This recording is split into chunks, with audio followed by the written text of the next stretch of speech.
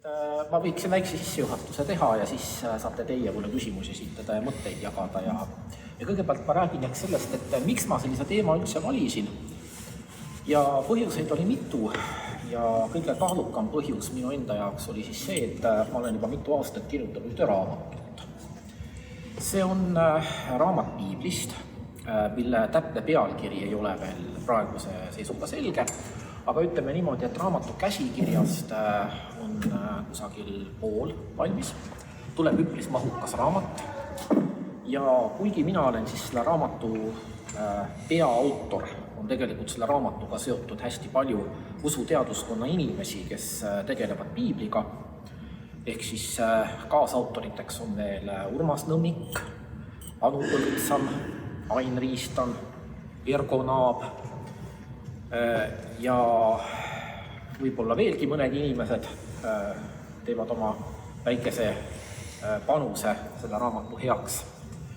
Aga põhimõtteliselt on siis selline raamat, mis annab ülevaate piiblist tervikuna, piibli raamatute ajaloos, nende kujunemisest, piibli kaanoni kujunemisest, piibli tõlgendamisest erinevatel ajastutel, piibli teaduslikust uurimisest, piibli tõlkimisest ja nii edasi.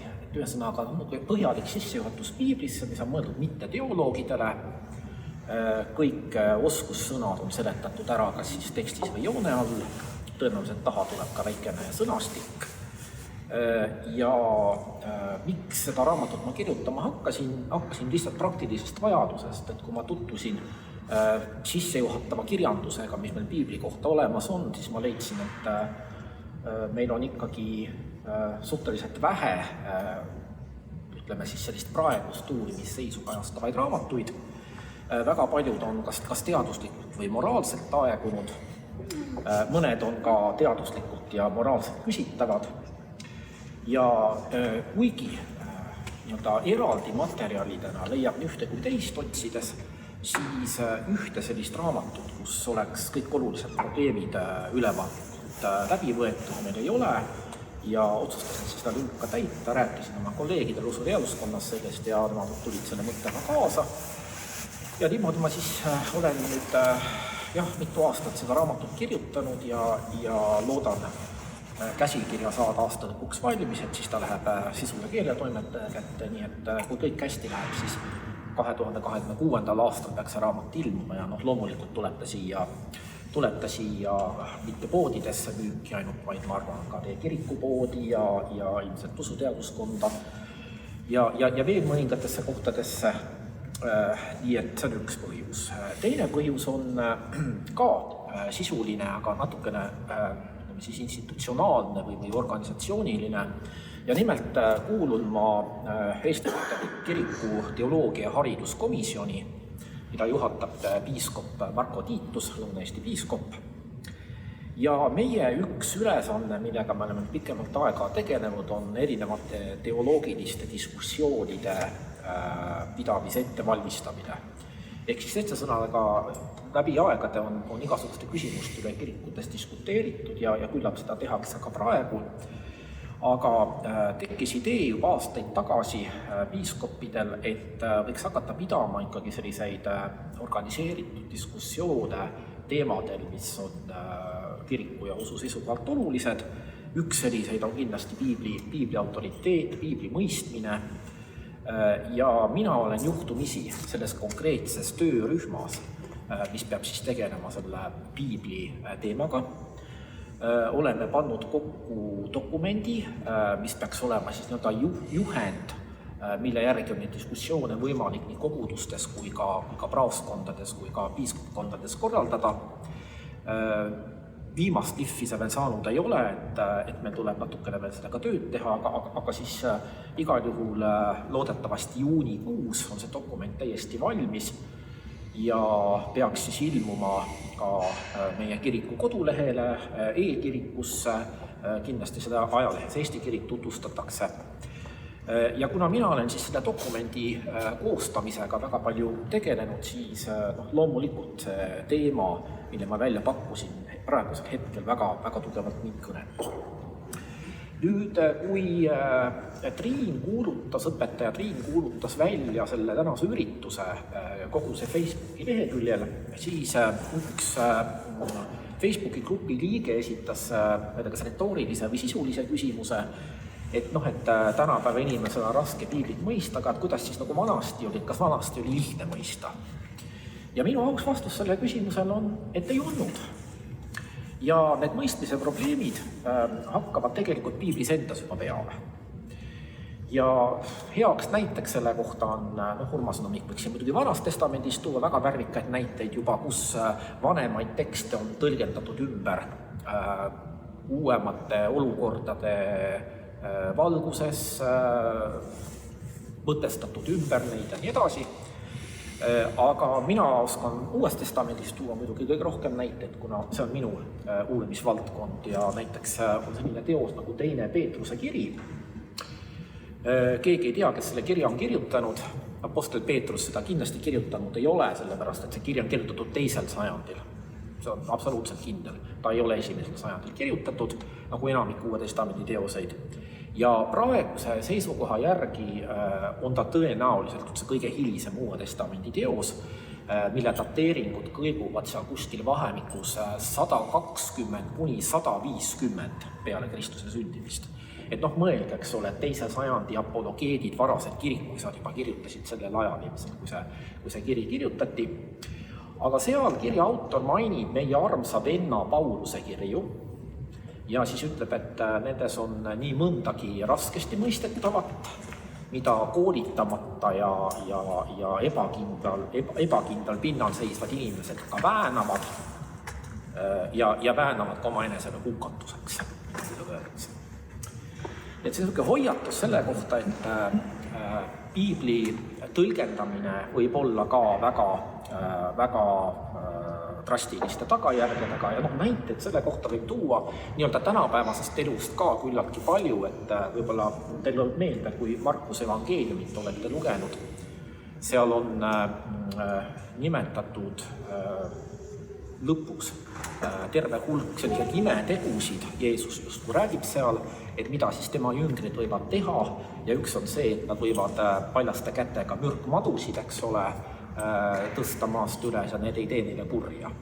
Ja siis on sellised kristlikud grupid, kes siis tõesti ongi seda praktiseerinud ja ei ole juhtumeid vähe, kus inimesed on maaga saanud kannustada ja saanud mürgituse või koguni ära surnud.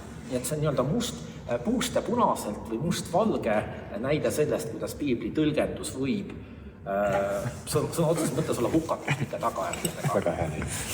Aga me võime minna ajaloos tegelikult ka kaugemale, näiteks rääkida Venemaa kiriku lõheajast 17. sajandist, kui tekkis vanausuliste liikumine ja selle pinnalt igasuguseid erinevaid kristlikke gruppe. Ja nii mõnedki nendest gruppidest piiblit uurides leidsid, et seal on väga selged juhtnöörid selle kohta, kuidas valmistada ennast ette issandaga kohtumiseks ja kõige kindlam tee on enesetapp. Ja tõepoolest ühesõnaga on teada siis juhtumeid, kus terved kogukonnad sulgesid ennast mingisugusesse talutaresse ja panid sellele tule otsa ja põlesidki seal ära, lootes, et see tuli nad puhastab ja et nad siis puhtana võivad issand ette minna. Aga nüüd, kui üldisemaks minna, need on väga konkreetsed näited, siis näiteid selle kohta, et piiblit ka varasematel aegadel on olnud inimestel raske mõista või tuua hästi palju. Võime alustada tegelikult lähemast ajast, varauusajast, et meil on ju, eks ole, visitatsiooniprotokollid olemas 17. sajandist, kus on siis visiteerija esitanud küsimusi kohalikule vaimulikele kihelkonna elanike usu kohta. Ja see, et räägitakse ebajumalate teenimisest, mis ei ole tegelikult mitte midagi muud seal enamasti kui pühakute austamine, keda siis luterliku ortodoksia vaatenurgast ebajumalateks nimetati, siis üks kurtmine on ka see, et talupead ei tea mitte midagi Jumala sõnast, nad ei tea 10 käsku, nad ei tea meie isa palvet. Ja nõukogude ajal oli üks väga levinud selline tõlgendus selle kohta, et põhjuseks oli see, et eestlased ei olnud ristiusku selleks ajaks veel omaks võtnud. teatavasti meile toodi ristiusu tulejärjega, eks ole. Ja selle teooria järgi siis oli nõnda, et kuna see toodi vägivaldselt, siis inimeste vastumeelsus oli nii suur ristiusu vastu, et mitu sajandit läks aega ennem, kui nad hakkasid seda siis sisemiselt omaks võtma. Ja inimeste, ütleme siis ristiusualane harimatus või teadmatus selle teooria järgi on siis seletatav selle eestlaste sellise põlise vastumeelsusega ristiusu suhtes. No kõik oleks väga ilus, kui meil ei oleks varasema ja keskaegseid visitatsiooniprotokolle sellistest maadest, mida võib nimetada siis vanadeks kristlikeks maadeks Lääne-Euroopas. Aga meil on neid päris palju ja me teame näiteks seda, et on seal 15. sajandi lõpus näiteks korraldatud Itaalia, Prantsusmaa alal, Hispaania alal piiskopike visitatsioone, kus piiskop on tulnud siis kohaliku usuvõluga tutvuma. Ja see, mida me sealt lugeda võime, on väga sarnane sellega, mida need rootsiaegsed pastorid kurtsid ja kohati on see isegi veelgi drastilisem. Mul tuleb meelde ühe visitatsiooni protokoll, kus siis kohalik külapreester kaebab piiskopile täisahastust, et minu koguduse liikmed mitte ei tunne ainult Jumala sõna ja ei tea Jumala käskusid, nad ei tea isegi seda, mitu Jumalat on. Ja seda, eks ole, piirkonnas, kus ristiusk juba väga-väga palju sajandeid oli olnud ja kuhu ta ei olnud tulemõõgaga toodud, vaid lihtsalt kultuurikontaktide kaudu jõudnud. Nii et selles mõttes siis võib öelda, et kõikidel aegadel on inimestel olnud raskusi piiblist arusaamisega. Selles mõttes tänapäev ei ole mitte midagi erilist, aga samas võib siiski öelda seda, et kui me võrdleme tänapäeva olukorda ja ütleme varasemat aega. No kus see tänapäev hakkab? See tänapäev on muidugi väga vaieldav mõiste, eks ole, kus on tänapäev algus. Mõne jaoks tänapäev algab, eks ole, tema esimeste mälestustega iseendast. No ta öeldakse, et kuskil 4-5 aastaselt, eks ole, inimene mäletab kindlasti ennast selgelt, mõned väidavad, et mäletavad ka varasemast ajast, et selle tema sünniga siis hakkab tänapäev, et no minu jaoks siis 1971. aastal algas tänapäev. Või nagu ma naisele tegelikult naljatamis ütlen, et me oleme ju sõjaaja lapsed, eks, et Vietnami sõda ju käis sellel ajal. No vot, siis mis on siiski väga silmatorkav on see, et kuna ütleme siis viimase sellise 100-150 aasta jooksul ühiskonnas kultuuris toimuvad muudatused on olnud ilmselt kiiremad, kui nad on olnud varasemal ajal. Muidugi selle vaielda, kas see niimoodi tegelikult on, aga vähemalt tundub niimoodi ka ajaloolastele. Siis on tõepoolest väga paljud sellised asjad, mis võib-olla ütleme veel 150 aastat tagasi polnudki probleem üldse inimestele piibli puhulgi tänapäeval raske aru saada.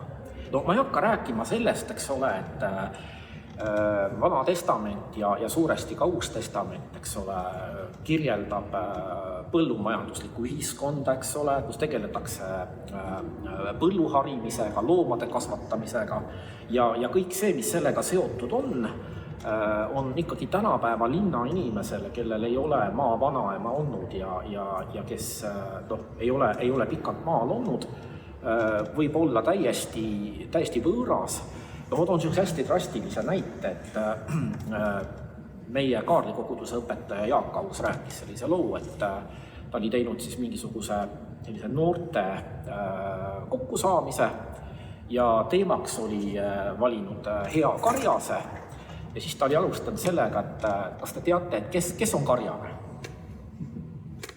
Siis üks noormees tõstis käe ja ütles, et karjane, et see on see traat, mis on seal selle karjamaa ümber. Ja kust loomad särksu saab. No vot, et ei, see on tõsi, see ei ole minu väljamõeldud lugu, ta võib ei aadu, kes küsida seda kui usu.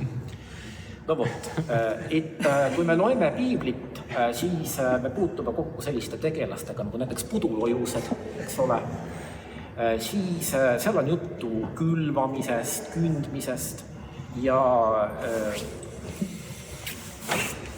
on täiesti selge see, et kui me oleme ikkagi linnainimesed ja kogu elu linnas elanud ja teoreetiliselt ka midagi võime neist asjadest teada, siis need tekstid sellisel kombel ei kõneta meid nii nagu neid inimesi, kellele see oli nii-öelda igapäevane tegelikkus või kes ühesõnaga sisuliselt elasidki kogu oma elu nende tegevuste tähe all. Et see erinevus on väga suur. Et Otto Kaiser, osad teist kindlasti teda teavad, ta on siin Tartu Ülikoolist ka käinud loengut pidamas ja on kolleeg Urmas Nõmmiku juhendaja olnud, rääkis kord, kui ma tal külas käisin Marburgis, ka mina olen selle linnaga väga tihedalt olnud seotud, sest minu üks doktoritöö juhendaja ka elas seal, Kurt Rudolf, ütles niimoodi, et tal on jäänud mulje, lugedes näiteks Tõe ja õiguse esimest köidet, mis on saksa keelde tõlgitud ka ära, et 19. sajandi lõpu või 20. sajandi inimesel oli näiteks Vanast Testamendist palju kergem aru saada kui tänapäeva linnainimesel. Et hea küll, ühesõnaga, et väga palju oli siiski teistmoodi ka tollases maailmas kui siis, aga mingisugune olustik, mingisugused tegevused olid niivõrd endast mõistetavad all, et seletust ei vajanud. Aga tänapäeva inimesele tuleb seletada ka seda, kes on karjane, mida saite aru. Nii, aga tegelikult asi läheb veelgi raskemaks, kui me liigume nende tegevuste juurest selle juurde, kuidas inimesed maailma tajuvad või tunnetavad. Ja nüüd, kui küsida siis, et mis siis see on, millest kõige raskem on tänapäeva inimesel piiblit lugedes aru saada, siis ilmselt on see just kõik see, mis puudutab maailma tajumist, maailma tunnetust. Ja asi hakkab pihta tegelikult ju sellest, et meie infoväli on tohutult suur. Me saame teada sündmustest, mis toimuvad, eks ole, meist tuhandete kilomeetrite kaugusel mõne minutiga. Meil on võimalus ise reisida, eks ole, kohtadesse, mis on meist tuhandete kilomeetrite kaugusel. Aga kui me mõtleme Palestiina inimese peale näiteks kuskil seal aasta 500 enne Kristust paiku, siis üpris kindel on see, et suurem osa nendest inimestest liikus väga väikeses piirkonnas, tema maailm piirdus oma küla ja naaberküladega ja neid inimesi, kes pidid pikemaid teekondi ette võtma, oli suhteliselt vähe. Ja need pikemad teekonnad olid siis ka teekonnad mingisugustesse suurematesse linnadesse seal, võib-olla, eks ole, isegi mõnesaja kilomeetrised rännakud. Aga selliseid inimesi oli vähe ja seetõttu siis see maailm, milles inimene elas, oli küllaltki väike, ruumiliselt juba. Siis edasi ma mainisin, eks ole, inforuumi, et ei ole võrreldav isegi 100 aasta tagune inforuum. Mis 100 aastast me räägime, eks ole? Poole sajandi tagune inforuum ei ole võrreldav praegusega tänu tehnilistele võimalustele, mis on tekkinud, eks ole. Tehisaru on nüüd kasutusel. See meie inforuumi avardab veelgi rohkem, kui internet seda seni on teinud, mis ei tähenda seda, et ma arvaksin, et tehisaru asendab inimaru, ma ei usu seda. Te võite olla teist meelt, aga mina seda ei usu. Selle kuuldavasti oli paavst Silvester II juba olnud aastast 1000 üks selline mehaaniline pea, mis vastas kõikidele tema küsimustele. Seda arvati küll, et see on kuradiga seotud kuidagi, aga sellist lugu räägitakse, nii et ega see tehisaruga nüüd väga uus. Ja ärge tehke automaatselt järeldust, et see on kuradiga seotud. Et ennem tuleb ikka asja uurida. Ei tohi nii eksistentsiaalseid otsuseid ei tohi nii kergelt ikka langetada. No nii, siis mis puudutab infot, siis tuleb arvestada sellega, et seda infot saadi põhiliselt suulise pärimuse kaudu. Kooliharidus hõlmas küll sellist elementaarset kirjutamise ja lugemise oskust. Ja üldiselt uurijad arvavad seda, et Palestiinas esimesel aastatuhandel enne Kristust. See oli tõenäoliselt oluliselt suurem kui näiteks Egiptuses, mille põhjuseks oli see, et Egiptuse kiri lihtsalt oli oluliselt komplitseeritud kui heebrea kiri. Selle õpib palju kergemini ära, kuigi keeleõpetajad on mulle kurtnud, et mõne üliõpilase puhul läheb ikka päris mitu kuud enne, kui ta heebrea tähed selgeks õpib, enne kui ta üldse saab lugema hakata. Aga üldiselt arvatakse, et tänu siis kirja lihtsamale vormile oli rohkem kirjaoskajaid ja kuna oluline oli ikkagi pühade kirjade tundmine, mis ei tähendada seda, et kõik inimesed neid täies mahus tundsid või mis mahus nad üldse olemas olid sellel ajal, seda me kindlalt ka ei tea, aga igal juhul siis seda infot saadi siis ühest küljest nendest pühadest kirjadest, teisest küljest suulisest pärimusest, millel kooliharidus suuresti põhines, mis ühest küljest siis neid pühikirju seletas, aga teistpidi puudutas ilmselt ka kõiki selliseid elulisi küsimusi, nagu teid käsitleb näiteks Vanas Testamendis tarkuskirjanduseks. Seal ei tegeleta ainult Jumalaga, seal tegeletakse sellega, et kuidas elus hästi hakkama saada. Väga oluline teadmine, eks ole, mis ilmselt kõigile kulub ära. Iseasi on see, kas need nõuanded kõigile on vastuvõetavad. Nagu Sergei Stavnikov on öelnud, siis tarkuskirjandus nii Egiptuses, Iisraelis kui ka Mesopotaamias oma selliselt vaimsuselt või laadilt on väga sarnane ja üks selline mudel, mida seal propageeritakse, on ülemuste ees lömitamine ja pugemine. Et see on siis see, mis tagab sulle stabiilsuse ja meelerahu ja aitab sulle edus edasi saada. Või selle kohta ei öelda muidugi niimoodi viisatama. Jah, see on konformsus, see, mida siis tarkuskirjandus jutustab. Ja kui me õpetussõnu näiteks loeme Vanas Testamendis, siis see on just ka selline konformsust rõhutav tarkus. Ma pistasin vahele, et Eesti rahvale mitte ainult Eesti rahvale, aga see Jeesus Siiraki raamat on olnud see, mida antigi välja selleks, et majapidamise korraldamise teadmiste omandamiseks. See on üks esimesi, mis tõlgiti näiteks läti keelde. Jah, ja kui me nüüd räägime piibli tähendusest, siin tuligi praegu üks väga oluline asi välja, nagu ma oma jutu kokku tõmban. Et piibli religioosne tähendus on selles mõttes olnud ikkagi läbi aegade sarnane, et pühi tekste on peetud erilisteks, et neid on eriliselt koheldud juba, ütleme, liturgiliselt, siis neil on püütud tugineda nii usus kui ka, ütleme, igapäevaelu korraldamisel, aga mis on üks väga suur erinevus, ütleme, tänapäeva sekulariseerunud õhtumaise ühiskonna, võib tambina kõlada, aga ütleme niimoodi, sekulariseerunud õhtumaise ühiskonna ja muistsete ühiskondade vahel, kus siis piibli pühakirjana loeti, oli see, et piiblit ei kasutatud ainult jumala teenistustel ettelugemiseks või eraviisiliseks lugemiseks ja seda ei käsitletud mitte ainult siis usulise teadmisallikana autoriteedina, vaid seda käsitleti kogu teadmise ülima allikana. Kõik, mis puudutas loodust, kultuuri, keelt, inimeste vahelisi suhteid, alates maailma ehitusest, eks ole, kuidas maailma ette kujutati, maailma pilt ja edasi, et kõikides nendes küsimustes oli piibel ülim autoriteet ja see ei olnud mitte niimoodi ainult antiikajal ja keskajal, vaid oli veel ka varasel uusajal,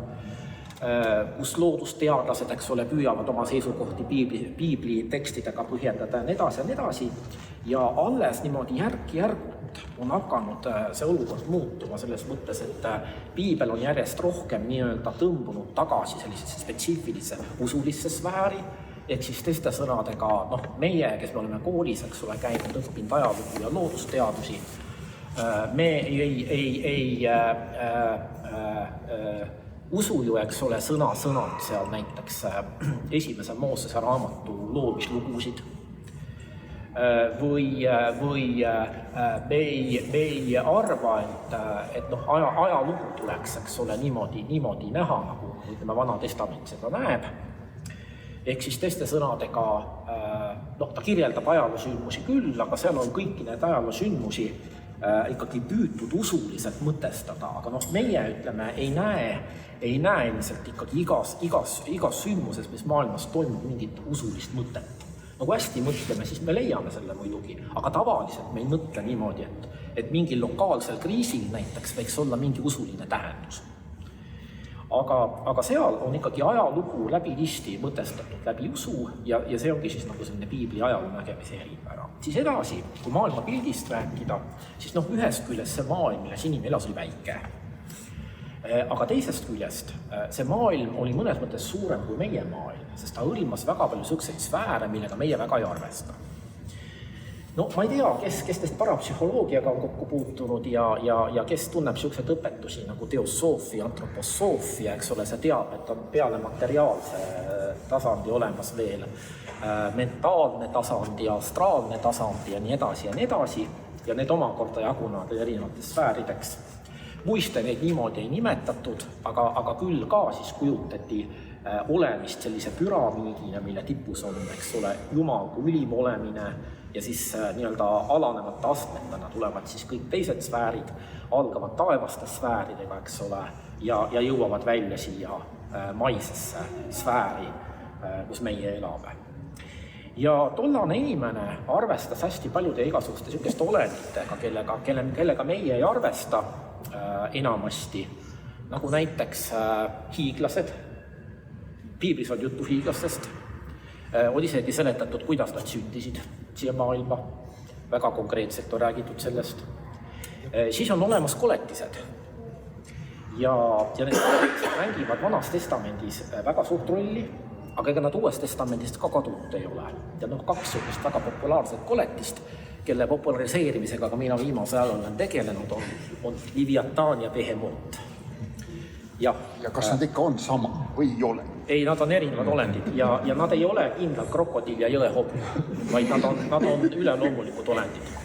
Sest Hiobi raamatus on ilus kirjeldus küll, eks ole, sellest Leviathanist, eks ole, ja teda on krokodillina seletatud, aga mis krokodill see on, eks ole, kelle suust tulevad tuleleegid välja ja nina sõõrmetest tuleb välja suid. See on lohemadu, eks ole, puhas ehtne lohemadu. Jaa, aga ei olnud ta lihtsalt üks mingisugune suvaline koletis teiste hulgas, vaid tegelikult tal oli Vanas Lähis-Idas väga oluline koht. Ja nimelt oli Vana Lähis-Ida arusaam, ja seda jagab ka Vana Testament selline, et maailma keskel asub maa, mida ümbritseb veekogu. Ja see veekogu on siis see ürgmeri või ürgookean, millest kõik on tekkinud, millest ka maa on tekkinud. Ja tekib ta, eks ole, esimese Moosese raamatu ühe loomisloo järgi siis nõnda, et Jumal eraldab, eks ole, kuivamaa ja mere, et niimoodi tekivad siis, eks ole, kuivmaa ja veekogud. Aga üks teine versioon veel ka Vanas Testamendis on täpselt samasugune loomislugu, nagu siis esimese Moosese raamatu oma tegelikult täiesti erinev, aga loomislugu on see vaieldamatult.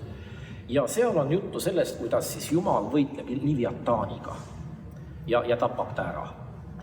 Ja miks see on oluline? Sellepärast, et see Leviathan on väga üheselt seotud selle ürgookeani või ulgumerega ja me teame, et siin taga on siis see arusaam, et tegelikult on selle ürgmere või ürgookeani kehastus. Ja see ürgookean on nii-öelda loomiseelne olukord. Need veed, mille kohal oli siis see Jumala vaim või tuul, kuidas me tõlgime. Ruah, eks ole, võib kahte moodi tõlkida, aga tuulena võib tõlkida seda. Ja siis võib öelda niimoodi, et sisuliselt see lugu räägib sellest samast, millest esimese Moosese raamatu loomislugu, kus räägitakse kuivamaa ja vee eraldamist, ainult et seal toimub see võitluse tulemusena. Jumal võidab ürgmerd kehastava kaose koletise ja siis loob maailma. See sealt niimoodi otse välja ei tule, aga kuna meil on paralleeltekstid, näiteks Ugariti tekstid on meil olemas, muide reklaami ka, et Tartu Ülikooli usuteaduskonnas on varsti võimalik õppida Ugariti keelt üle hulga ja Urmas Nõmmik hakkab seda õpetama.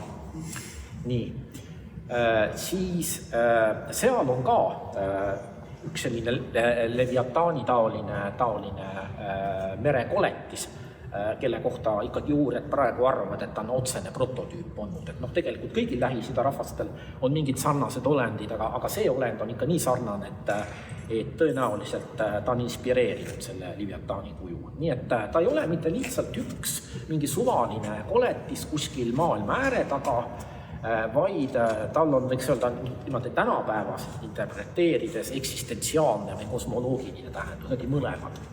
Ühest küljest, eks ole, ta kehastab kaost, mis on siis selle maailmakorra vastand, ja teisest küljest on inimestel kogu aeg teadmine kukla taga, et hea küll, kuiv maa on meil ja meri on meil, aga mis juhtub, kui see meri tuleb üle kallaste ja uuesti maa kaob sinna merevoogudes, kus ta on tõusnud. Ja usutakse, et Jumal on siis see, eks ole, kes hoiab seda merd seal tagasi, nagu öeldakse poeetilises keeles, et ta on oma riivid pannud, uksed pannud kinni, eks ole, ja öelnud, et siia maani ja mitte kaugemale merele. Aga samamoodi, seesama koletis seal meres, eks ole, ta tulbib edasi praegu seal ja põhimõtteliselt ähvardab meid. Ja Jumal on see, kes kaitseb inimesi siis selle koletise eest, kes kaitseb nii-öelda universumi püsimist. Ja see, et ta tapab selle koletise ära, sellest räägitakse Jesaja apokalüpsises, mis kirjeldab lõpuaja sündmusi. Ehk tähendab praegu veel see elukas ulbib ringi seal meres. Aga kunagi öeldakse, et siis Jumal nii-öelda kõrvaldab see loogu jäädavalt. No see on see taevariik, millest ma jutlusest täna rääkisin. Jah. No vot, ja põhimõtteline probleem ongi siis see, et mida kaugemale me piibli ajast läheme, ja me läheme pidevalt kaugemale, me ei saa midagi teha, mõned on, kes tahaksid tagasi minna piibli aega, aga mitte kuidagi ei õnnestu. Meil on ka sellised, kes ütlevad, et nende usk on keskaegne, täpselt nad usuvad nagu keskaja usuti, üheselt. Aga lähemal vaatlusel on ikkagi selgunud, et sellised inimesed on tänapäevasest mõtteviisist mõjutatud. Ja kui me räägime fundamentalismist, siis minu jaoks on täiesti häiriv see, kui näiteks Vana-Iisraeli või Egiptuse kontekstis kasutatakse fundamentalismi mõistet. Fundamentalism on tüüpiline tänapäevane nähtus. Jah. Ühesõnaga, see tekkinud reaktsioonile teatud muutustele ühiskonnas ja leidnud religioossel pinnal sellise väljundi nagu tal on. Ja loodetakse siis, et on võimalik tagasi minna ajas, et on võimalik hakata uskuma ja mõtlema nii, nagu seal Vanatestamendi aegne inimene või antiikaegne inimene. Aga jah, minul sellesse usku ei ole, et seda on võimalik kuidagi saavutada ja kuna seda pole võimalik saavutada, siis on ainult üks mõistlik tee. Mis te arvate, mis see on? Mis on lahendus piibli mõistmise küsimusele? Mina annan ühte võimalust. Osta see raamat, mis on tuleb. Nii lihtsalt ei pääse. Kui te niimoodi ütlete, siis ma hakkan üldse kahtlema, kes seda raamatut on mõtet kirjutada. Sest asja mõte on just see, et see raamat tekitaks huvi, et inimesed hakkaksid süvitsi asjaga edasi tegelema. Ühesõnaga õige vastus on õppimine. Meil on vaja õppida piiblit tundma. Ma ütlen siia vahele, sul vahepeal rääkisid sellest, eks ole, et kuidas see piibel on teadusliku sellise mõtlemise alus on. Augustinus näiteks rääkivast kohast, et täpselt samamoodi piibli tõlgendab. Seal on see, et osad on tõlgendanud, siis tõesti loomislugu täpselt nii, nagu kirjas on. Augustinus ütleb, et see on väga õnnetu lugu ja naeruväärne, et kui filosoofide või loodusuurijate teadmised lähevad piibliga vastuollu, siis probleem on meie piibli mõistmises, mitte see, et me peaksime hakkama sõnaks seda võtma. Et selline seisukoht on juba 4. sajandil olemas, nii et see on väga pika traditsiooniga, on kogu aeg see pinge olnud ka. No vot, et ainus õige mõistlik lahendus selle probleemina on siis õppimine, piibli õppimine, aga piiblit õppida paraku ei saa niimoodi, et me võtame lihtsalt piibli kätte ja hakkame lugema algusest peale, lootuselt jõuame lõppu välja, osad ka jõuavad, kui suur osa ei jõua, vähemalt esimesel korral mitte. Et sinna juurde on vaja lugeda mitte ainult siis seda minu tulevat raamatut, vaid hästi palju igasuguseid muid raamatuid, mida kahjuks eesti keeles on vähe, aga õnneks on olemas ka teised keeled. Nii et on vaja lugeda sinna juurde hästi palju raamatuid, et me hakkaksime aru saama sellest maailmast, mis seal piiblis kajastub, sest paraku seal kajastub ikkagi selle aja maailm, kui need tekstid kirjutati. et hakata aru saama nende inimeste mõtteviisist, sellest, kuidas nad uskusid, isegi mitte mida nad uskusid, vaid kuidas nad uskusid. Päris 100% kindlusega see isegi ei ole ilmselt võimalik, aga ma arvan, et suure sellise õppimise ja töö korral on meil võimalus tõele suhteliselt lähedale jõuda. Ma ei tea, võib-olla ma olen parandamata optimist, aga minu sügav veendumus on igal juhul see, et selline suhtumine, et meil on mingi kauge kultuur, eks ole, ajaliselt, ruumiliselt meist kauge ja teistsuguse mentaliteediga, me ei suuda seda mõista, me lääne inimesed ei ole võimelised seda mõistma. See on täiesti eksiarvamus, see on eelarvamus. Tegelikult ma arvan, et on nii, et kui inimesel on teatud eeldused, jah, tal peavad ikkagi olema, juba keeleõppe jaoks.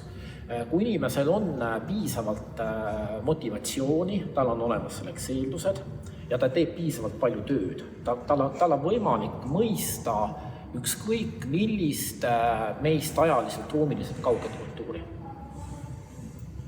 Jah, see on võimalik.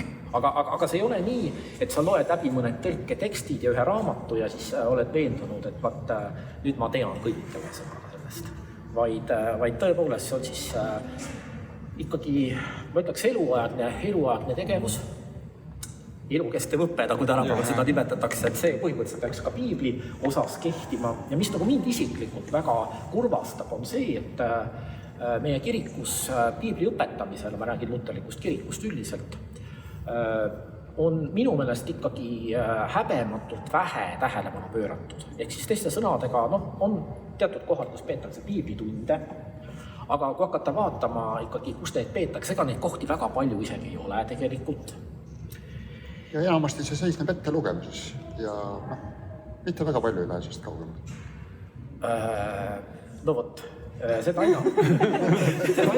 enam ühesõnaga see väide on põhjendatud. Ja minu meelest üks selline soovitus luterliku kiriku juhtkonnale on mul selline, et räägitakse, et meie rahvas on ju nii usukauge ja niisugused eelarvamused on ja hirmud ja muidugi on eelarvamused ja hirmud, see on tõsi. Aga ma arvan, et haridus on üks väga hea rohi eelarvuste hirmude vastu. Ja kui ühesõnaga nüüd mõelda selle peale, et meie rahva üks eripära siiski on see, et me üldiselt haridust nagu hindame, eks ole, siis võiks püüdagi inimestele selle hariduse kaudu läheneda. Ja mis nüüd piiblit konkreetselt puudutab, siis panna just rõhku sellisele piibliõppele, mis aitaks meil aru saada piibliaegsest maailmast, sellest mõtteviisist, mida tollased inimesed esindavad. Ja see ei tähenda üldse seda, et me muudame Jumala sõna inimese sõnaks või võtame piiblit kuidagi tema pühaduse ära või midagi sellist. Et ma olen suhteliselt kindel, et süvenedes sellesse piibli ajaloolisse, kultuurilisse poolde, me jõuame varem või hiljem ka selleni, mida siis tõesti võiks nimetada igavikuliseks, eks ole, mis ei sõltu mingist ajast ega kultuurist, vaid mis on tõesti midagi sellist, mis puudutab inimest tema kõige sügavamas olemuses, puudutas nii mitu tuhat aastat tagasi, kogu puudutas täna, aga selleks, et selleni jõuda, tuleb meil enne väga palju tööd teha ikkagi just nende puht inimlike asjadega, nagu seda on keel, kultuur, olustik, ajalugu üldiselt. Ja kui selle kaudu nüüd hakata niimoodi piiblit populariseerima, siis ma arvan, et see oleks tulemuslik. Aga tundub, et seda ei peeta oluliseks. Ja tegelikult on see probleem isegi natukene laiem, see ei puuduta mitte ainult piiblit, vaid see puudutab, vaadake, te ilmselt mäletate, kes te olete õppinud religiooni uuringuid või teoloogiat, eks ole, et religioonides eristatakse erinevaid aspekte või dimensioone, eks ole, et erinevad uurijad on nimetanud, need erinevad loetlenud ka erinevalt, et üks neist pole nagu päris ammendav, aga on üks selline aspekt nagu intellektuaalne aspekt, mis tähendab siis seda, et inimene, tal on vajadus ikkagi seda oma usku ka mõtestada mingil kombel, et ta küsib selle kohta, et miks ma ikkagi niimoodi usun ja nii edasi. Ja on väga laialt levinud selline arusaam, et aga inimestel pole see oluline. Inimesed tulevad kirikusse kiriku tunde pärast. tahavad ilusat muusikat kuulata, nad tahavad laulda, pühalikku tunnet tunda ja nii edasi ja nende jaoks on tseremooniad on olulised, eks ole, ja muusika on ja kirikuruum ja muidugi on need olulised, ma üldse ei vaidle sellele vastu. Aga millegipärast on levinud eelarvamus, et see intellektuaalne külg, see on mingi niisugune, mis mõnda üksikut friiki võib-olla huvitab ja nende üksikute friikide pärast, no jumal issand, me ei hakka ju ometi tõlkima mingeid pakse raamatuid võõrkeelest ja kirjastama neid ja nii edasi, et need loevad nagunii oma võõrkeeltes juba ja ei ole vaja seda, et parem ikka seletame hästi lihtsalt inimestele, mis on ristluse õpetus ja ühesõnaga moraal on ikka üks ilmselt olulisemaid asju ikka ühiskonnas, et meil on ju asjad väga halvasti sellega, inimesed teevad igasuguseid asju, mis on piiblis keelatud, näiteks söövad kaljumäega liha, eks ole, ja väga rangelt keelatud ja nii edasi, et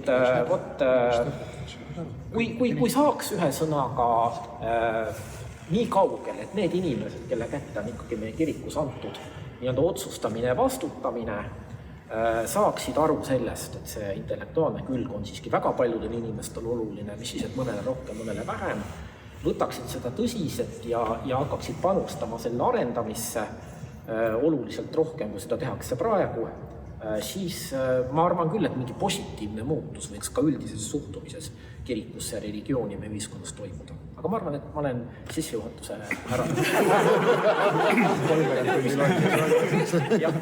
Tahaksin küsida, kui tohib, et algul oli 2 väidet, et miks on seda piibli tõlgendust raamatut tarvis, üks on see teaduslik, et just kui on tulnud uued algallikad ja algmaterjalid ja teadmine ja edasi arenenud.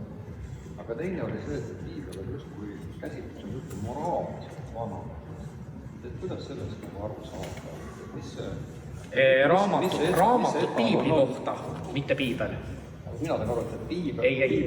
Jutt käis raamatutes piibli kohta, mille nii-öelda siis ajel ma hakkasin seda raamatut kirjutama. Mis see tähendab, mis see moraalne standard on, millega võrreldakse, öeldakse, et ta vanem? No ma ei tea, kui ikkagi ütleme, näiteks räägitakse veel praegu sellest, kuidas piibel peaks olema peremudeli ülesehitamisel, eks ole, mingisuguseks eeskujuks, selles mõttes, et mees peab olema pere pea, naine peab talle alluma ja nii edasi. Muide ma tean, et on ka Eesti kogudusi, kus seda õpetatakse leeri kursuses. No see tekitab probleemi ilmselt ikkagi ühes enesekindlas noores haritud inimeses, see tekitab kohe kindlasti probleemi. Ja selliseid asju leiab veel. See, et juudid lõid Jeesuse risti järelikult. Jah, just. Võt mul oleks, kas see tuldpurskaja võiks ka olla draakon? See on nüüd väike repliik, aga mul on üks tõsise... Ta ongi Septuagintas Vana Testamendi kõige tähtsamad kreekakeelsest tõlkest, ta ongi draakoniks tõlgitud, see Leviathan midagi ühes kohas. Aga mul on üks niisugune küsimus, mille kallal ma olen juba mõnda aega oma pead vaevanud ja mis just haakub praeguse ülestõusmise järgse ajaga, samuti tänase jutlusega, aga samuti võib-olla isegi saaks sinna lõigukese panna sellesse tulevasse raamatusse. Nimelt on niiviisi, et meil äsja olid ülestõusmispühad ja me olime kõik rõõmsad, Kristus tõusis surnuist üles. Aga enne seda oli väga raske aeg, kus me kõik aga süüdistasime Juudast, et niisugune asi üldse juhtus. Ja andis ära ja nüüd löödi risti ja tema ka kannatas kõvasti selle all ju ühtedel andmetel pidel tal nöörikaela panema, teised kukkus kalju pealt alla ja läks pooleks. Ja aga ilma selleta nüüd ei oleks me jõudnud selle ristiusu keskse kohani, mida peetakse, et just see surnutest ülestõusmine, et Kristus lihtsalt pidi surema, muidu ta ei oleks saanud ülestõusta. Aga ma olen kuulnud kuskilt, et koptis, kas vastab tõele, ongi ka Kristus arvatud pühakute hulka. Aga kuidas nüüd nagu sellesse... Kes on arvatud pühakute hulka? Juudas. Kopti kirikus? Ei. See on keegi on valesti siis informeerinud. Aga nüüd, et kuidas siis nüüd nagu, niisugune skisofreeniline olukord, ma ütleks, et kuidas nüüd jääda siis terve mõistuse juurde, et et tänu temale nüüd saigi niisugune asi üldse sündida, aga samal ajal mõistame ta kurjalt hukka, et ja pealegi on ka ju juba öeldud, et Kristus peab nagu surema seal Vanas Testamendis või kas on niisuguseid kohti täpselt just, et mis siin nagu välja pääs, et niisugune asi, üks suur häda peab juhtuma, aga häda sellele, kelle läbi see juhtub. Et muud varianti siin ei olegi nagu, et sa ei saaks nagu liiga kindel olla, et sa nüüd kipud aga kohe hukka mõistma ja nii edasi, vaata, see endaga midagi juhtub. Et kuidas oleks nagu, nii-öelda kõige tervemõistuslikum sellele dilemmale läheneda. No mul on vastus olemas sellele küsimusele. Kuidas see teid rahuldab, see on teine asi. Aga vastus on lühidalt see, et kogu inimeksistents on annutatud ambivalentsusele. Ja see asi abstraktne ei ole, selleks võib seda illustreerida ühe konkreetse piiblilooga, et siin sai juuda reetmise loost räägitud, aga räägime siis nimetatud pattulangemise loost. Ja miks ma ütlen nii nimetatud pattulangemise loost, ma ütlen seda teadlikult sellepärast, et esiteks selles loos ei ole mitte ühtegi heebreakeelset sõna, mis kuidagi viitaks patule. Heebreakeeles on mitu sõna, mida võib patuna tõlkida või patustamisena, aga ühtegi seal ei esine nendest. Nii et seal patust juttu ei ole. Siis teiseks on arusaam sellest, et see toimub sellises kohas nagu Eedeni aed. Tegelikult ta toimub Eedeni aias, ta toimub lihtsalt ühes aias, mis asub paigas, maal võiks öelda, mille nimi on Eeden. Niisugune müütiline maa, kus siis asub üks aed. Nii seda ette kujutati. Siis teiseks on seda lugu seletatud nagu patu päritolu loona, et kus patt või patustamine maailm on tulnud. Aga me nüüd Vana Testamenti hakkame vaatama. Jätame apokriiva raamatut kõrvale, vaatame Heebrea piiblit, kas me kuskilt leiame sellise käsitluse, kus väidetakse seda, et inimene patustab selle pärast, et tema esivanemad seda tegi. No ei leia kuskilt ei leiata. Siis edasi, eks ole, ollakse väga veendunud, et see madu, eks ole, kes ahvatles siis inimesi sööma, hea ja kurja tundmise puust, et see oli kurat. No Vana Testamendi tekstist ei võta seda mitte kuidagi välja, et ta kurat oli. Siis edasi on laialt levinud see arusaam, et algselt oli inimene loodud surematuks ja siis selle pattulangemise läbi ta kaotas surematuse, aga isegi Oolas eestikeelse piibli lugeja saab aru, et see ju niimoodi ei ole, et seal on 2 puud, eks ole, hea ja kurja tundmise puu ja elupuu. Ja inimene sööb sellest hea ja kurja tundmise puust ja siis öeldakse, et aga selleks, et ta ei sööks elupuuks, ajagem ta sealt välja sealt aiast ja nii tehaksegi. Et teiste sõnadega ta kaotab võimaluse surematust omandada, aga ta ei kaota surematust, sest ta on eelnevalt on loomislugu, inimene on loodud, eks ole, põrmust või savist, see tähendab, ta on loodud juba kaduvana ja see on Vana Testamendi üldise mõtteviisiga kooskõlas, et seal on sama, et eks ole, inimene on loodud surelikuks ja tema aastate ühesõnaga arv on arvatud ja nii edasi ja kuidas see on see matusel võetav tekst, et ta läheb nagu lennates ära ja nii edasi. No jaa, aga mis selle loo puhul siis on? Selle loo puhul on see, et ühest küljest teoloogia ajaloos, kristliku teoloogia ajaloos just, on väga suur tähtsus selle lool olnud. Erinevad teoloogid erinevatel aegadel seda lugu tõlgendanud ja just inimese patususe ja surelikkuse kohta sellist asju järeldanud seda ühelt poolt. Aga nüüd seda lugu on vaadatud ka, mitte rangelt teoloogiliselt, vaid filosoofiliselt. Muide, Hegel näiteks on selle loo kohta kirjutanud ja mitmed teisedki filosoofid. Ja nende tõlgendus, kui ma nii-öelda summeerin või üldistan, on selle ühes küsimuses nagu sarnane. Püüdke mõttekäiku nüüd jälgida, võib-olla see on natuke keeruline, aga ma püüan nii lihtsalt seletada kui võimalik, et see lugu ei ole mitte üks kord kuskil kauges minevikus aset leidnud lugu, mida meile jutustatakse, vaid see lugu räägib põhimõtteliselt inimesest kui sellisest. Et see Aadam on põhimõtteliselt inimkonna, Aadam ja Eva on inimkonna kehastus või sümbol. Ta räägib sellest, mis inimesega toimub, siin ja praegu ja alati toimub. Ja põhimõtteliselt tähendab see seda, et inimene satub teatud valikut ette oma elus. ja peab otsustama, mille kasuks ta valib. Ja siis on nõnda, et mõni valik, mis võib talle väga ahvatlev tunduda, võib tegelikult osutuda talle hukanduslikuks. Nii, et see on nagu see, ütleme, tõlgendus. Nüüd on küsitud, et aga miks Jumal siis üldse niimoodi kõikvõimase tark ja hea Jumal, et miks ta siis laskis üldse inimesel sellest puust niimoodi süü, miks ta kätt ette pannud, eks ole. Ja sellele on ka filosoofid vastanud, et kui ta seda oleks teinud, siis ei oleks ta inimesel lasknud kasutada seda valikuvõimalust, mis ta nii-öelda loodupäraselt inimesele on andnud. Ja see, et inimene tunneb head ja kurja, selle väljendi üle on muidugi väga palju arutatud, et tegelikult ta on hebraism, et ta tähendab sisuliselt kõike. Hea ja kuri on kõik olemas, võib öelda nagu filosoofiliselt niimoodi. Seda ei pea nagu võtma moraalses mõttes, veetilises mõttes hea ja kurjane kitsalt, nagu seda väga ei mõistetud. Aga seda lugu on tõlgendatud ka nõnda, et see hea ja kurja tundmine tähendabki seda sama ambivalentsust. Eks ole, et me vaatame maailma selliste vastandmõistete paaride kaudu ja need mõjutavad meie elu ka. No vot, ja nii ongi siis, et ühest küljest võime öelda, et jube tragöödia, eks ole, toimus, et vaata, mis meie esivanemad aeti, eks ole, paradiisist välja ja nüüd me oleme siin, nagu me oleme, eks ole. Et miks Jumal seda ei takistanud, aga teisest küljest inimesel anti võimalus kasutada valikuvõimalust, eks ole, mida ta siis kasutas paraku, nii nagu ta kasutas.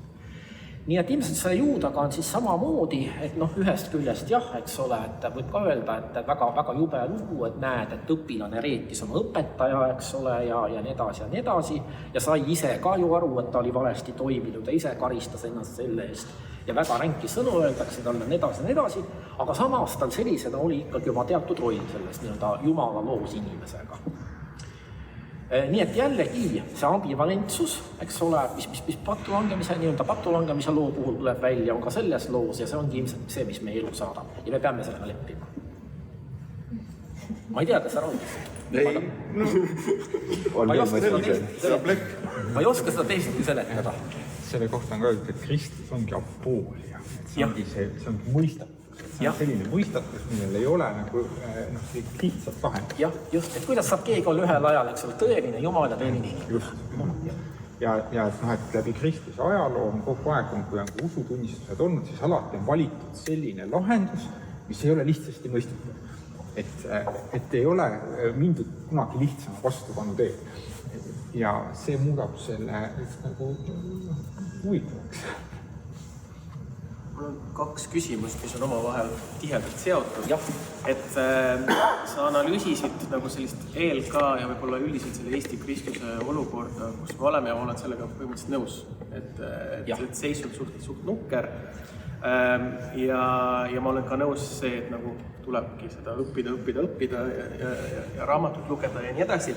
Aga minu küsimus nagu tuleb sealt, et sellel mündil on ka teine pool. Et on osa võib-olla neid inimesi, nagu mina, kes ongi väga palju õppinud ja siis on see, et et kõik läheb nii ebamääraseks varsti ja siis et mida sa arvad sellest ohust, mis võib tekkida, et kui me hakkame liikuma liiga kaugele sellise piibli demütologiseerimisega ja seletamisega ja nii edasi, et siis mõjub ka meie nii-öelda kogudustele, et siis kaob selline kristluse müstiline pool üldse ära. Et kuidas, mul on ainult üks küsimus, et kuidas koguduses säilitada seda tervislikku müüdi ja müsteeriumi, mis käib siis selle kristluse ja piibli arusaamise ja muude asjade juurde? Minul on selle küsimus selles mõttes raskelt vastata, et mina nagu selekteerisin 2 mõistet siit praegu välja, et üks on müstika või müstilisus ja teine on müütilisus. Need ei ole üks ja sama. Jah, ei ole. Et ma ei usu, et mingisuguse piibli tõlgendusega on võimalik nii-öelda usu müstilist dimensiooni kuidagi ära kaotada. Et see ei ole lihtsalt võimalik selles mõttes, et ikkagi see salapärase tunnetus on niivõrd sügavalt inimeses sees olemas, et mingisuguse ratsionaalse tõlgendusega, teksti tõlgendusega seda kuidagi kõrvaldada või sealt üles kerkivaid küsimusi nagu maha summutada. Ma ei usu, et on võimalik. Aga mis demütologiseerimist puudutab, siis demütologiseerimise mõte ei ole ju destruktsioon, ei ole ju ühesõnaga mitte selle sõnumi hävitamine, mida siis tahetakse edasi anda, vaid takistuste kõrvaldamine selleks, et inimesed üldse võiksid kuidagi positiivselt selle sõnumiga suhestuda. Ehk siis teiste sõnadega, kui väga lihtsustada, need inimesed, kes ei ela sellises müütilises maailmas, nagu näiteks ma kirjeldasin Vana-testamendi inimeste puhul, et ka näiteks sellised müütilised tekstid nagu Leviathan ja Behemoth, eks ole, neid kõnetaksid. No ma arvan, et ma tõin välja ühe tõlgenduse, mis võib näiteks Leviathani teha ka tänapäeva inimesele mõistetavaks, sellise eksistentsiaalse tõlgenduse. Aga müüte tuleb kindlasti interpreteerida, neid ei saa nii-öelda olemasoleval kujul omaks võtta, sest siis me tõepoolest nõuaksime inimeselt midagi sellist, mis ei oleks loomulik ja mis läheks ikkagi vastuollu tema maailmatunnetuse ja tema arusaamaga endast ja oma kohast siin. Ehk siis teiste sõnadega, mida ma öelda tahan, on see, et inimkonna ajaloos hästi pikk periood, kui müütiline mõtlemine on orgaaniline osa inimese mõtlemisest. Aga tänapäeval ta on jäänud võib-olla mingite kunstiinimeste mõtlemisest mingisuguseks omaks või edasi, et suur osa lääne inimesi ei mõtle enam müütilistes kategooriates ja sellepärast see nii-öelda demütologiseerimine on ikkagi vaja. Sest nad tajuvad seda, et nad peavad uskuma seda lugu, nagu oleks see... Ei no just, et see on tüüpiline küsimus mullegi olnud, et kas, ma olen küsinud, mis siin on raskused inimeste piibli mõistmisel ja siis on tõesti küsitud, et kas, kui ma nüüd olen kristlane, kas see tähendab seda, et ma pean seda sama, eks ole, loomislugu sõna-sõnalt uskuma ja kas ma pean uskuma neid hiiglasi ja koletisi ka? Aga lihtsalt ma saan väga hästi aru, mida sa mõtled, sellepärast, et see küsimus ju on niimoodi, et on olemas mingisugune selline argipäevane ja siis on olemas püha. Ja siis see küsimus on see, et kui me midagi teeme seda, mis oli Luteri plaan, eks ole, tõlkida nagu turhukeelde, nii et igaüks saaks sellest samamoodi aru, ja me võtamegi tänapäevase turhukeele ja tõlgime selle piibli, et kas siis kaob see pühadus selles piiblis ära. Sellepärast, et väga paljude inimeste jaoks tõesti on, et näiteks nagu ingliskeelsete inimeste jaoks on see King James Version, on see, mis on tõeline püha keel ja kõik muu on juba mingisugune lahjendatud variant, et oleks vaja see püha ei ole ju nendes sõnades, vaid on nende taga. No ja ma saan sellest väga hästi aru, aga ma ütlen, et see on olemas just, et see teatab selline nagu tõstetud või pidulikkus on ja mis on tõstetus, pidulikkus on ju selline liturgilisus võib-olla isegi. Ma tean, et seda kardetakse, aga minu küsimus on nagu vastupidi, et kas see kartus tegelikult on põhjendatud või kuivõrd see on põhjendatud? Mul on tegelikult 2 küsimust. Sest ma toon konkreetse näide, mis ei ole sellist nagu Vanas testamendis või Uues testamendis ja miks ma seda toon, sest ma olin eelmine nädal Pühavarmu kirikus ingliskeelses jumalateenistus, pärast neil on kohvilaud, seal on kõik targad inimesed, endised vaimulikud, et oli väga huvitav arutelu ja me rääkisime Jeesuse ülestõusmisest, et kas see on füüsiline või kas see on vaimne. Ja siis enamus neid vaimulikke selletas, et tegelikult me ei saa enam uskuda selles, et see ülestõusmine oli nagu füüsiline. Ja siis ongi minu küsimus, kus see piir müüdi ja müstika või ususaladuse vahel jookseb, sest kui me hakkame, üks asi on need Vanatestamendi lood, aga teine asi on see Uustestamendi asjad, mis on nii usu keskmes, aga inimesed ei tõuse üles. Aga kuidas me saame füüsiliseks nimetada ihu, millega inimene läheb läbi suletud uste, kui Johannes evangeeliumis kirjeldatakse? Jah, aga samas see debatt on teoloogias ikka olemas, et selle ihu ülestõusmise kohta, et seal ei ole ka isegi Paulusest nagu selgelt, kas on või ei ole. Ei no, Paulusel on oma mõiste loodud selleks, vaimne ihu. See tähendab seda, et ühest küljest ta on ihu, aga teisest küljest ta on maisest ihust. Sisuliselt erinev. Kas ma võin rääkida juurde ühe loo, mis minu enda jaoks väga palju neid asju väga seletab, et see on see lugu sellest, et kui esitada inimesele küsimus, kas Jumal on kõikvõimas, et kas Jumal saab teha nii suure kivi, mida ta ei jaksa üles tõsta. Ja siis paljud on pead vaevanud ja selle talumehe käest küsitakse, et mis sina siis sellest arvad, et muidugi, Jumal saab teha nii suure kivi, et ta ei jaksa seda üles tõsta ja tõstab selle üles ka. et kõik on mõlemad. Ei, ma olen sellega nõus, aga see ongi nagu minu jaoks see nagu, et kuidas siis olla selline mõtestatud müstilisus, nagu, et minu meelest ei pea olema nagu either or, nagu ka kumb valik, et see nagu dialektiga või mis iganes nagu võib selle juurde jääda, aga vahepeal minu mure on see, et miks ma ütlesin, et see on nagu kahe või mündi kaks poolt, et vahepeal võib-olla me läheme seda teise ekstreemsuse, aga selline nagu mõtestatud müüt kaob ära, mis võib-olla ka ei ole väga tervislik. Ei, no aga mida ühesõnaga teaduslik piibli seletamine seab kahtluse? Kas ta seab kahtluse alla näiteks Jumala kõikjal oleku, mida inimene võib teatud olukorras tajuda? No, aga see ongi müstika aluseks, see just inimese isiklik Jumala kogemus. No. Kas see sõltub liiglaste ja koletiste olemasolust? Mulle endale tundub, et võib-olla mida selle tasakaalus minu enda lahendus on selle poolt, et mina olen ikkagi läbi teoloogia jõudnud nagu usu juurde, et sinna kõrvale nii-öelda või samaaegselt rõhutada, et see usu on ikkagi suhe selle ka. et see suhe on nagu see, kus kohas see asi elab ja toimib ja siis see on see intellektuaalne nagu tõlgendus, kus ma tekstist aru saan ja nõnda edasi. Aga see põhiasi on ikkagi minu isiklik suhe Jumalaga. Et seda toita nagu nii-öelda selle käigus ikkagi. Et siis aga see mitte nagu jätta ka seda teist dimensiooni nii-öelda hooletusse, nagu seda minu meelest on teinud. Ja just on võib-olla see oluline, miks minu jaoks on see praegu hästi kõnekas, see, mida sa räägid, miks on oluline, on see just, et see suhe on nagu see keskne, aga et ma ei pea selleks oma mõistust nagu lihtsalt nagu tõesti üle õla viskama ja ütlema, et pilve peal on habemega mees, sellepärast, et meie usk õpetab, et sa ei saa muidu uskuda, kui sa ei usu seda niimoodi. Et see on nagu hästi oluline, sest see tekitab sellise nagu skisoidse lõhestatuse, et sul on elav suhe, aga sa ei taha teda nagu selle... No aga teate, millised arusaamad Eestis on levinud? Näiteks ma olen kuulnud juba erinevatelt inimestelt sellist väidet, et kui me näiteks seame kahtluse alla mõne Uue Testamendi autori, ütleme siis mingi teose reaalse autorina, kellele pärimus selle omistab, et me lähme kristliku usu aluste kallale. Et see on ühesõnaga juba mingisuguse väga sellise fundamentaalse kristliku usu aluse küsimärgi jälle seadmine. Aga piibli autoriteeti tänapäeval isegi katoliku kirik ei mõista niimoodi.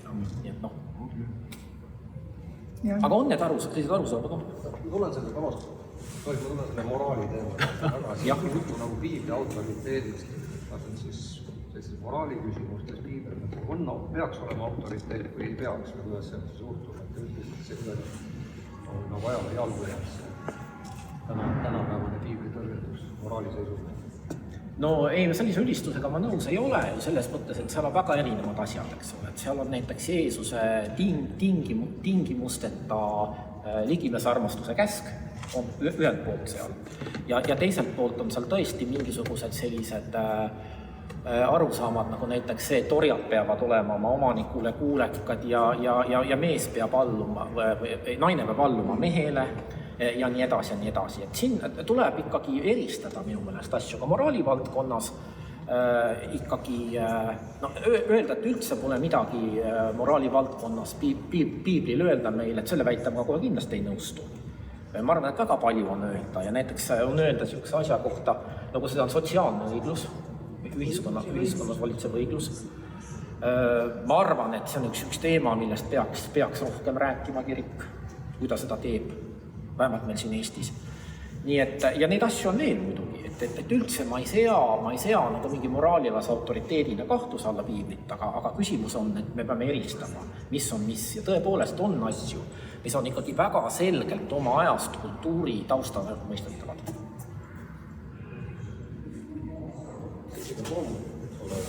Näited oli, mis on Vanas Testamendis, loomulikult ei no Uues Testamendis ka need samad orjade manitsused on ju seal ja siis naiste meestele allumise asi on seal, et see käib mõlema testamendi kohta. See on nii, nagu eks ole, räägitakse, et käsk ja evangeelium, et tihti öeldakse, et Vana Testament on käsk, Uus Testament on evangeelium. Ei ole ütelnud praegused teoloogid. Need käsk ja evangeelium on mõlemas testamendis olemas. Vanas testamendis on evangeelium ja Uues testamendis on käsk olemas. Ja tuleb eristada nende vahel. Luterluse üks ju põhimõte ongi see, et mitte käsu ja evangeeliumi vastandamine, vaid nende eristamine. ja see on ikkagi see, et kogu aeg see sõnum on oma ajale, et ta ei ole mingisugune üks sõnum, mis ükskord on öeldud ja niimoodi ta jääbki, vaid et igale ajale ongi see, seda sõnum on kohandub. Ja ka sellepärast on see, et tehakse ju kogu aeg piiblitõlkeid kogu aeg uuesti. See on ka üks argumente, mis praegust on siis piibli tõlkimisel, et see on see, et et see ajastu muutub ja see tõlge ja see tõlgendus peab ka muutuma vastavalt sellele. Me loeme nagu oma kontekstis, et iga katoliiklane näeb, et see on ilmselge paavst on juba uues testamendis määratud olema. Peetruse kaudu, eks ole, ja piiskop. Luterlased loevad neid samu kirjakohti ja nad ei näe mingit paavsti seal. Et kuskil ei ole see pühakirjaliselt ette nähtud, et kirikul peaks ka paavst. Et kui meil on siin aeg-ajalt ikkagi siin luterlikus kirikus ka öeldud, et pühakirja, et kas tohib tõlgendada või nõnda edasi, et see küsimus... Küsimus on selles mõttes vale, et tähendab, ei ole võimalik ühestki tekstist aru saada seda tõlgendamata. Võtame ajalehe, kas või ta on eelnud ajalehe, hakkame seda lugema, me peame seda teksti tõlgendama endaks, me ei saa muidust midagi aru. Ja seda mõjutavad kõik võimalikud asjaolud, näiteks uudise lugemist mõjutavad kindlasti uudised, mida me enne seda oleme lugenud, paham seda mitte. Meie enda, ütleme, mingisugused probleemid hetkel, mis on kõhtlused, meil on kõigil neid, eks ole. Et kõik see mõjutab ja pluss, eks ole, meie enda see kujunemine, taust ja kodu ja haridus ja keskkond, kus me tuleme. See tõlgendamine on vältimatu. Et ühte sama ajalehe uudistki võib inimene erineva situatsioonis, erineva taustaga nagu hoopis erinevalt tajuda. See uudis ongi juba selgub tänasel ajal, ongi tihtilugu sätitud valeks. Ma käisin seal Wiedemanni keelepäeval ja siis oli seal Eesti Raadio üks toimetaja, kelle käest käivad need läbi. Ja seal võib-olla olete juhtusite ka peale, siin oli pealkiri oli uudisel selle peale, et Narva viiaks Eesti väeosa, et isiklikult lõikan tal kõri läbi. Ja oli, et üks Narva kodanik ütles, kui nad peaks siia tulema. Ja see uudise toimetaja ütles, et tegelikult oli seal hoopis rohkem arvamusi ja teised kõik positiivsed. Ja see on ainult üks mingi repliik ja on pandud peal, see on nüüd. Ja võt me loeme kõik seda. No meedia tarvitamisel on ka tegelikult teatav kirjaoskus äärmiselt vajalik, et ka nagu nii-öelda ei saa, see on ka jälle see kirjaoskus, meedia lugemise kirjaoskus, et sa ka neid pealkirjadest ja asju nagu kohe niimoodi Jah, sest seal peab olema teadlik ju esiteks selleks, et see on taotluslik tihti just see, et mõjutada inimest teatud suunas. Lugema seda pealkirja. Need klikid ja pealkirjad ja asjad. Kuigi see sisu võib olla midagi muud, see pealkiri. Kas ma tohin paralleeli tuua, mis meil peas tekkis? Sa alustasid oma juttu sellest Peetruse kirjast, mis iseenesest üritab samamoodi, eks ole, Pauluse kirjade kohta siis väita seda, et 100-150 aastat hiljem meil on vaja neid asju natuke teistmoodi mõtestada. Raamat, mida sa kirjutad, üritab seda sama sõnumit kanda. Et kas me võib-olla olemegi võib-olla liiga kinni jäänud sellesse, et meil on piibli kaanon nii lukus, vaid meil olekski tarvis igasse ajastusse oma uut kirja. On see siis Peetruse kiri, on see siis Jaani kiri, on see siis kellegi teise kiri. No tegelikult piibli kaanon ei ole lukus. Mulle väga sobib.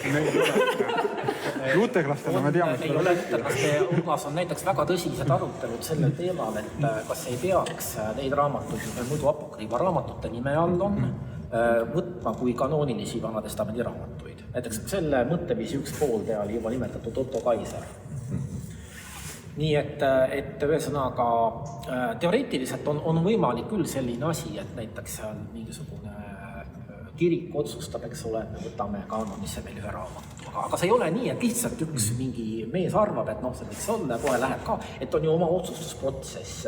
ELK-s on ju määratud kindlaks väga selgelt, kuidas saab muuta ELK õpetuse aluse. See on muudetav, see on juba põhikirjaliselt öeldud, et see on muudetav, aga seal on teatud menetluskord ja seal on ühesõnaga, kirikukogu on see, kes otsuse teeb, aga põhimõtteliselt, teoreetiliselt oleks võimalik oleks võimalik ELK-l muuta õpetusaluseid just seda pidi, et mingid raamatud veel, eks ole, sinna kaanonisse liita. Aga nüüd, see on väike pilt nii-öelda, me räägime Eestist, eks ole, aga paraku meie kirik on osa, eks ole, suurtest kiriklikest võrgustikest, nagu näiteks Luterlik Maailmaliit, mida meie Janne Burkhardt juhatab, eks ole, siis Euroopa evangeelsete kirikute osadus, mida piiskop Marko Tiitus juhatab, eks. Ja kui nüüd meie teeme sellise otsuse, mis täiesti muudab ühe sõnaga seda meie usupilti, see tekitab kohe väga palju küsimusi ja probleeme. Et nendele tuleb ka siis mõelda. Jah, sest et Luter ju paigutas, eks ole, just see on ju ilmutusraamatu ja Hebra kirja paigutas sinna lõppu. Nummerdamata lõpus. Ja veel kohati on pealkirjastatudki Uue Testamendi apokrüüfi. Ja kõige lugupidamise juures usulisa vastu ütlen ma siis seda, et praegused eksegeedid, see on seotud uue uurimislainega ajaloolise Pauluse uurimises. Ja see uus uurimislaine, ta ei ole üldse uus tegelikult, ta on väga vana, ta on minust vanem. Ta on kuskil 1960. aastate lõpul juba alanud, aga kestab tänaseni. Ja seal on nagu väga paljud sellised varasemad põhiseisukohad on täiesti ümber hinnatud ja üks seisukoht, mis radikaalselt on ümber hinnatud, on Pauluse seaduse mõistmine, Moosese seaduse mõistmine. Et kui, ütleme, eelneva uurimislaine uured vastandasid väga teravalt, eks ole, et juutide käsureligioon, Jeesuse armureligioon, üks lepitamatud vastandid. Siis nüüd on hakatud aru saama, et Paulus ei mõelnud nii, nagu tal on omistatud see uurijate poolt ja ka ütleme kohalt teoloogilise sellise pärimuse poolt.